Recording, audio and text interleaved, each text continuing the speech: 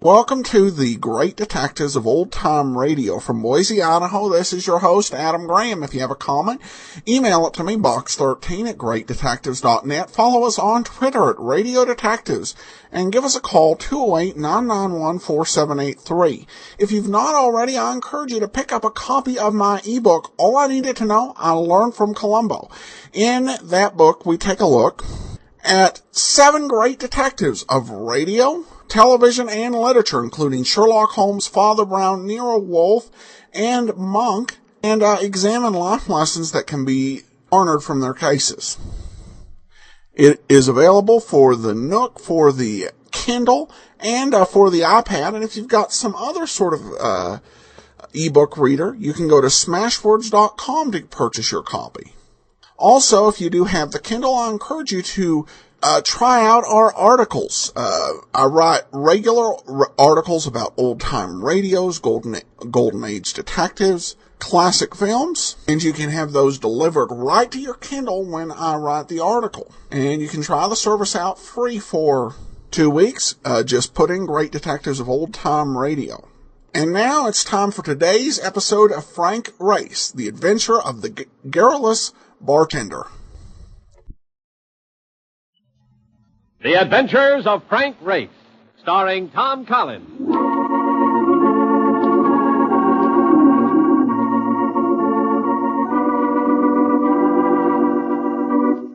The war changed many things, the face of the earth and the people on it. Before the war, Frank Race worked as an attorney, but he traded his law books for the cloak and dagger of the OSS. And when it was over, his former life was over, too. Adventure had become his business. The Adventures of Frank Race.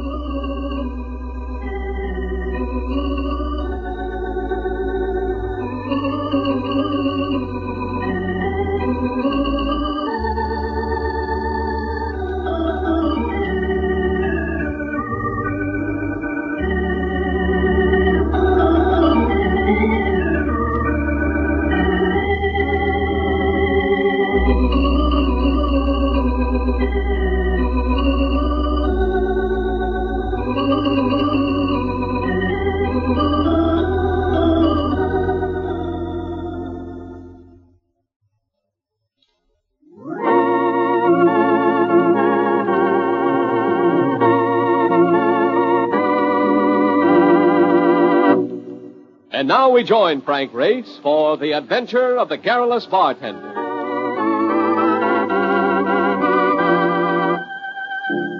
There's something about having a date with a redhead that causes a man to spend an extra 5 minutes with his razor. Take a little more time in choosing a tie and maybe giving himself a last look in the mirror just before he's ready to go. Which is just what I was doing when... Hey, I was wondering if you'd be here. I've been trying to get hold of you all...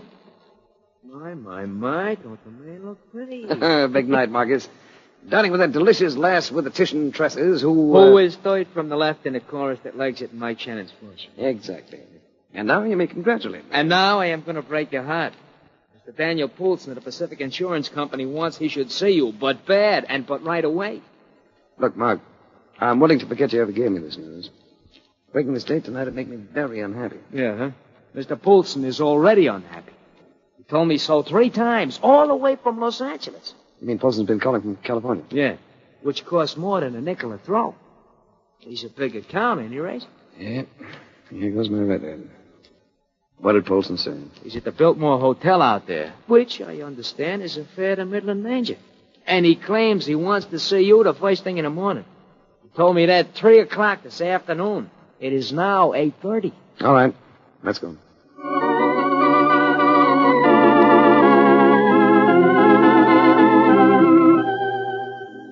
Los Angeles was having one of those days her Chamber of Commerce doesn't like to discuss. Cloudy. And the weather matched the expression of Dan Polson as he greeted me in his suite building. I'm glad you got here. We've got to move fast on this thing. What is it? An embezzlement job. $100,000, and you know what that means. If we don't crack it, there'll be 100 more of them all over the country. It must be a bank job. It is. A man by the name of Thomas Carney. Manager of the Spring Street branch of the Merchants National Bank. Any leads? Just two. And both pretty slim. He had recently been frequenting a bar on Main Street, a spot called Crow's Nest. Mm-hmm. And in his apartment, the police came across an envelope postmarked Juarez, Mexico. Had no return address. There was nothing inside it. Ah, that's something. I guess my first move is a visit to this place called the Crow's Nest.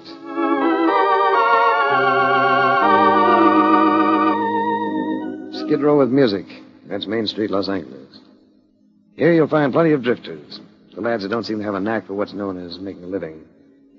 The barkeep at the Crow's Nest looked affluent enough. He had a pendulous paunch, cheeks that could have doubled for dewlaps, and a pair of pop eyes that indicated thyroid trouble. Sure, I know Carney. Not a bad guy. Never can tell, can you? You ever hear him say he'd been at Juarez? Juarez? You know, I think he did say something like that once. Yeah, but why? I'd like to talk to him. I thought he might be there. Don't kid yourself, mister. You ain't got a chance of talking to Carney. He might want to talk to me. Might even have changed his mind about keeping that money. $100,000? Yeah, why would a guy want to change his mind about $100,000? Because he finds that he's afraid of what he's done. Because he finds that if he had it to do over, he wouldn't. Yeah, well, you got something there. Come to think of it, Carney was kind of scared, little guy. Might change his mind at that, if you could put it to him that way. What way, Carney? Remember the kid you knew in school who enjoyed pulling the wings off live flies? Well, he was one growing up. He looked as though he might have just stepped out of his web. And the bartender's reaction made me think of the flies. Hello, Zucker. What way, Danny? Oh, I was just saying, I bet Connie's having a good time in Juarez. Tijuana, maybe. You talk too much. You know that, Benny? Sure. I talk too much, Zucker. But I don't mean nothing by it. Guys that talk too much don't hang around very long. Yeah, that right. Sure. I know it. Excuse me, Zucker. I got a customer. You heard my name, pal. What's yours? Race. You're a cop, aren't you? Not exactly. I hate cops. Just to keep the record straight, I'm an insurance investigator. It's all the same. You're a cop. Which adds up to what? Gonna head right for Juarez, ain't you? Just because that flabmouth said Connie might be there. I might head for Juarez. I head right for Juarez just because that little flabmouth likes to jabber. And Benny... What do you want, Zucker? Come here. Oh, look, Zucker, I told you I didn't mean nothing. I said come here. What do you want, Zucker? A drink? Lean over here. What for? So I can take hold of you. Like this. Let go. You fat flabmouth. I'm gonna... Let go of him. Get your hands off me. If you don't let go of him, I'm going to break your arm. I'll let him go. Good God, ain't you? Tough, hard, big. Why don't you drift? That's what I'm going to do if you're a good guy. I'm going to be around. Going to be around all the time. You stay here, I stay here. You go to Juarez, I go to Juarez. All the time, to get you somewhere just right. Then I'm going to make you wish you'd never been born.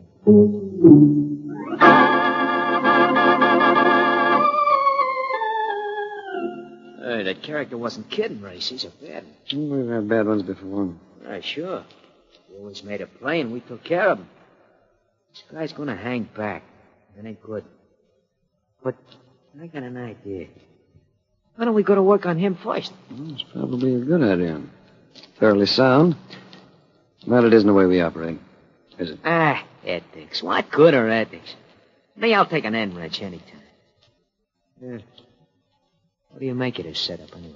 A little bank manager rubs shoulders with the underworld. And lets himself get talked into embezzling $100,000. Be lucky if they let him keep a nickel of it. It's a pretty sound observation. Know anything about Juarez, Mark? I was reserve during the war. It's the toughest town on the North American continent. Well, Juarez is where we're going, as of now.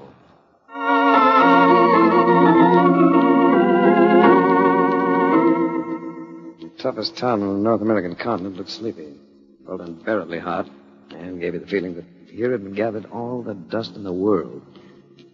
It was just after noon, siesta time. But I ran to one native who seemed willing to give his time to something else besides slumber. You better come in from that sun, senor, before it burns a hole in your head. It's probably an excellent suggestion. Huh? You were looking for something, senor? My name is Enrique Hernandez. I like to help people look for things. I'm looking for Americans. Oh, we got a few here. How'd you like them? Like this or like this? I'm looking for a man. A man by the name of Carney. Carney? A little man with a part of his hair gone. That answer. Can you take me to him? He would be worth something, senor. $100 if I get right to him. See, this evening, senor, I'm going to meet you here. You have the $100 in your hand, and I will show you the way to this man, Carney.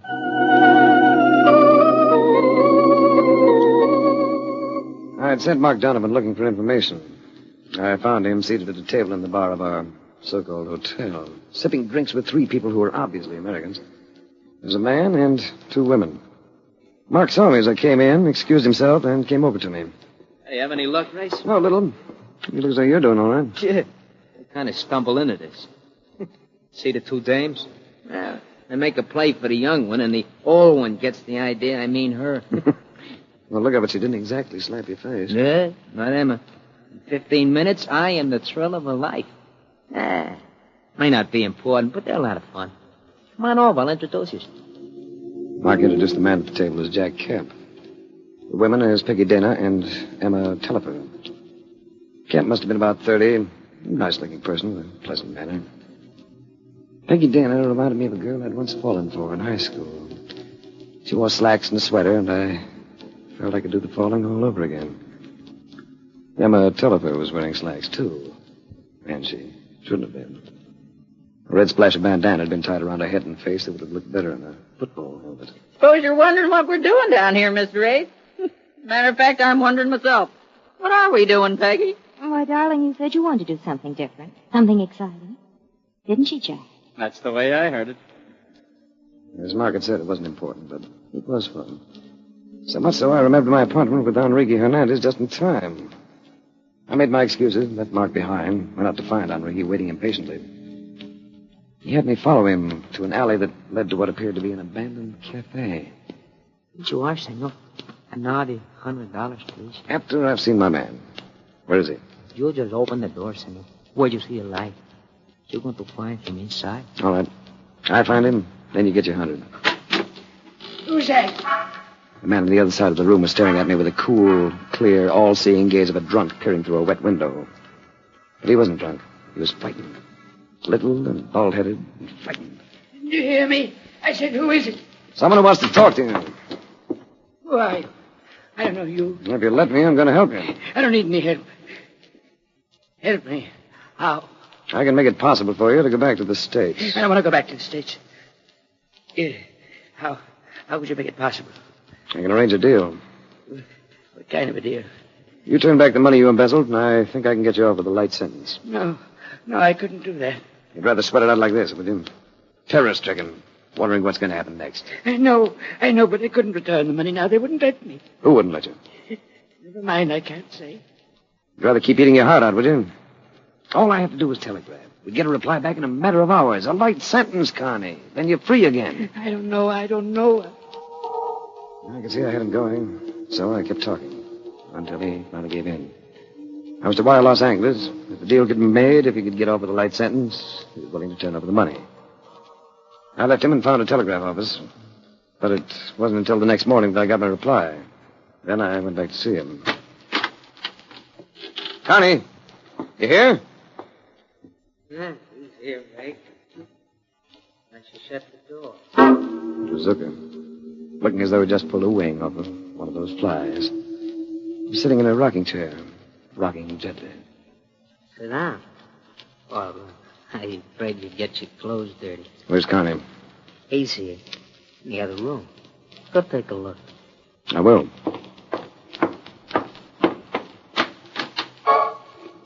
Carney was sitting in a chair, too. And it happened to be another rocker. But Carney wasn't rocking. Someone had beaten the life out of him with a blunt and heavy instrument.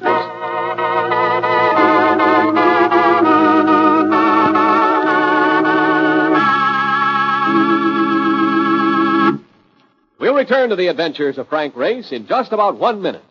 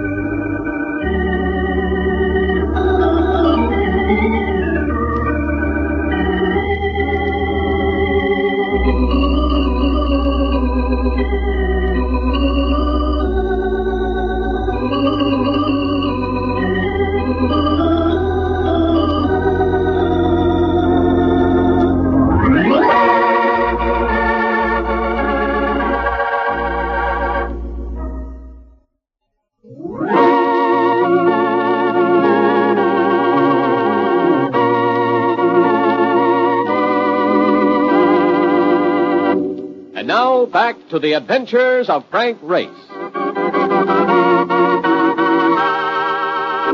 It all seemed so pat. A scared fugitive with his $100,000 hidden away somewhere, and I needed only a talk with him to break the case. So I'd been telling myself. Or should I say, kidding myself. The man has no breath in him. He does no talking. This was now the permanent condition of Thomas Carney, embezzler. I turned back to Zucker to find he'd been joined by a couple of dubious-looking companions. A mess, ain't it? Carney? Yeah, he's a mess, all right. But he must have really had a grudge against that boy. Somebody who wanted that money he was carrying. Yeah, that's the way I figured it, too. You didn't want it, of course. Me? I was Connie's pal. That's right. You were his protector, weren't you? So you let someone murder him. Go ahead. Needle me. See what it gets you. Of course, you weren't with him when it happened. That's right, I wasn't with him. Or it wouldn't have happened. Not right now, anyway. But somebody was with him. It might have been you. Sure, yeah. That's the way I make my living. By murdering the one man who can break the case for me. Well, it's been done before. That's right. You don't like cops, do you? You don't think they're honest. That's right. I don't think they're honest. I told you I wasn't a cop. You're a cop, all right. I suppose you've been looking for that money. I hate cops. If you had the money, you wouldn't be here. And you wouldn't have killed Carney unless you were sure of the money. So then, I'll let you out. Much obliged. But it don't let you out. No? No. And you know what we're going to do? We're going to tease you. Tease you till you tell us a story on that dough. You're overlooking something, aren't you? Yeah? What? Would I have come back here if I already had the money? How do I know? How do I know what a cop's liable to do? You want we should start in on him now, Zucker? No, not here. We might want to work on this boy for quite a while. We wouldn't want them Juarez police to butt in. So I take him to the motel, eh? No, you take him out in the sticks. Out in the sand where we went yesterday. You keep him in the sun while you work on him. That's going to get a little hot. For you? Sure. But think how hot it's going to get for him. You ain't coming? No, not right now. I want to have a look around this joint. I'll catch up with you later. A pair of assistants took me outside to a car they had waiting at the end of the alley. I was pushed into the back seat, but it didn't start moving. The car just wouldn't cooperate. It sounds like you boys might be a little low on gas. Then you put no push in this crate. No, you didn't. Look at the gauge, you jerk. Well, let's get back and tell Zucker. He'll probably be quite happy with the efficiency shown by you boys. I ain't going to tell Zucker nothing about it.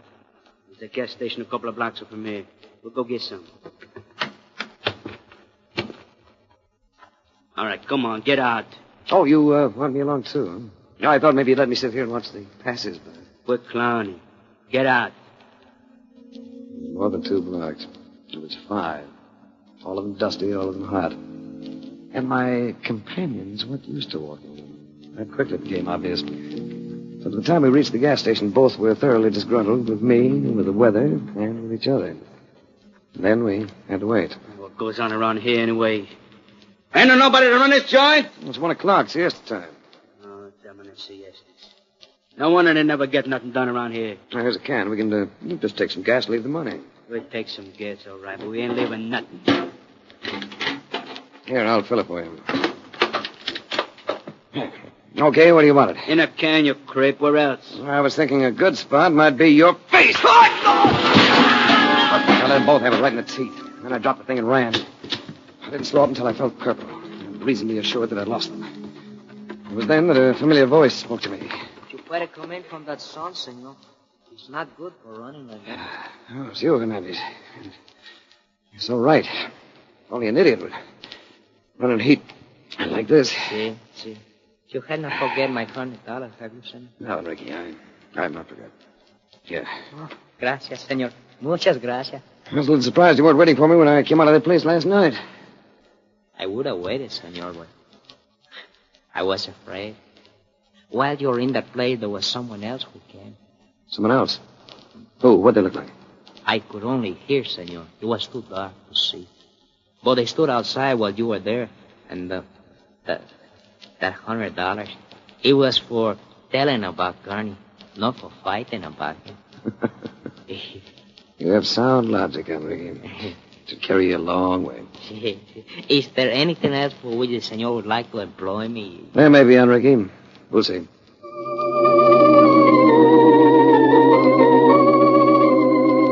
I was hot and thirsty, and full of the conviction that I'd bungled what appeared to be a fairly simple case. A combination of circumstances that called for a drink. A long, tall, cool one that I secured at the bar of our hotel. And while I quaffed it, something feminine and lovely sidled onto the stool next to me. Something feminine and lovely by the name of Peggy Dana. Hello, Ray. How are yourself? You look as though you'd been running. I have, but we won't talk about it. What would you like? I didn't stop for a drink. I just thought I'd like to talk to you. Mm-hmm. Had I known that was coming up, I'd have gone downstairs and prettied up a little. Oh, you look all right as you are. You look all right, too. You look awfully all right. Raised, why are you down here? Hasn't Mark Donovan told you? You know he hasn't. He's not the type. What are you doing down here? I just came down for a look at the place. I'd heard it was wild and woolly. Now I guess I'm just staying because you're here. But you've been keeping so busy. What about the boyfriend, Jack Kemp? Yes, what about me, Peggy? I thought I was in your good books. I think you're wonderful, darling. See, Race, the girl really loves me. But quit trying to steal her, will you? Look, why don't we go to a table where we can start some serious drinking? Oh, Jack, it's too hot. Not for me. How about you, Race? I don't think I could handle another one. Good man. Now, I'd like to make you a bet. Just finish one more of those things you're sipping now. And I'll give you any odds you want that it's the beginning of your downfall. He was almost right. A hot day and a bartender who knew how to hide dynamite in a cool, delicious drink. That's enough to cause your grandmother's downfall.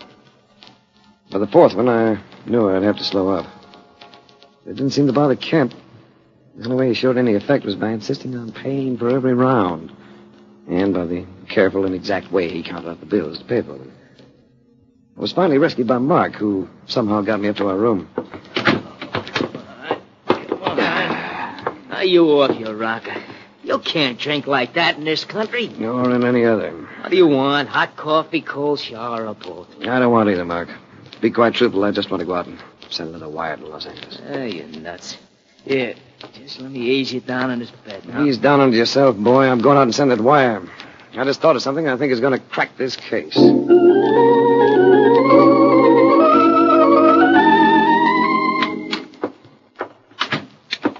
right? Yeah.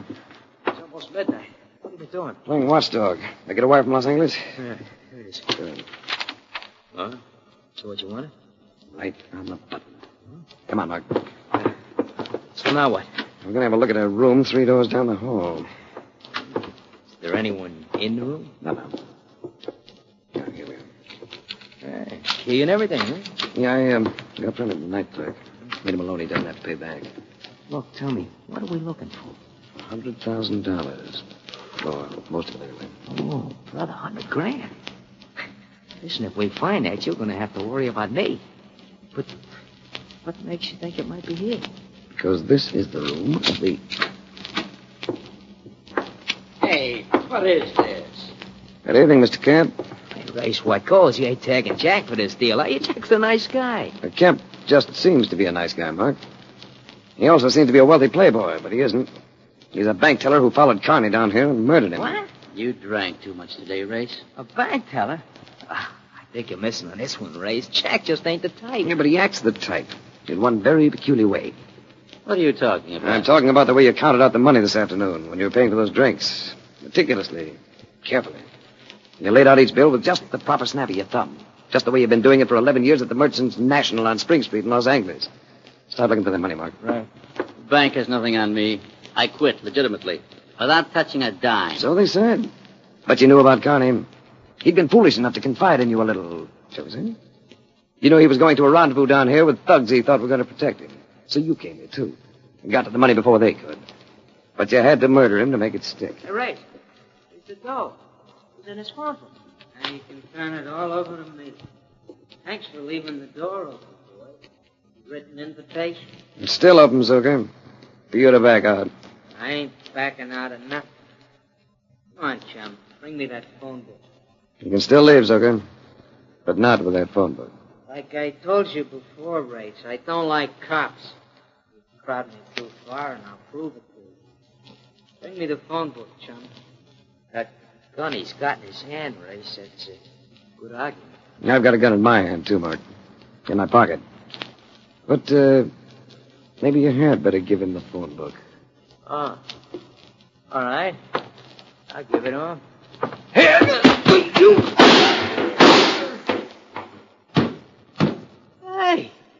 you did have a rod in your pocket. That's right. Sometimes when you can't afford to bluff. And this was one of them.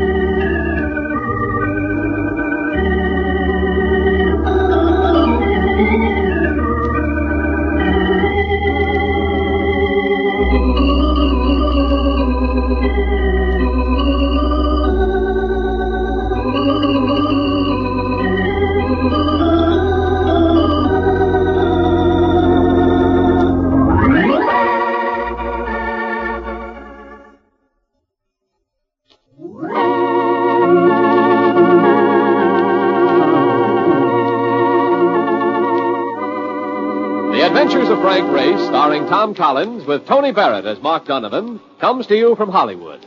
Others heard in tonight's cast were Michael Ann Barrett, D.J. Thompson, Wilms Herbert, Tom Holland, and Jack Crucian. This series is written and directed by Buckley Angel and Joel Murcott. The music is composed and played by Ivan Ditmars. Be sure to be with us again this same time next week for another dramatic chapter in The Adventures of Frank Race. Art Gilmore speaking. This is a Bruce Ells production.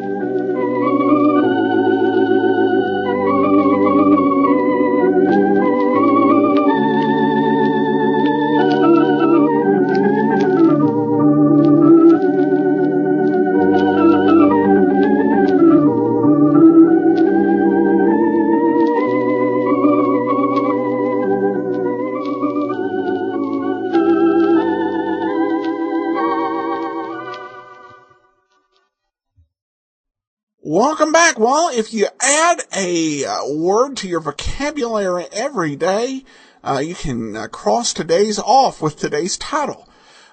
Garrulous means given to prosy, rambling, or tedious, pointlessly or annoyingly talkative.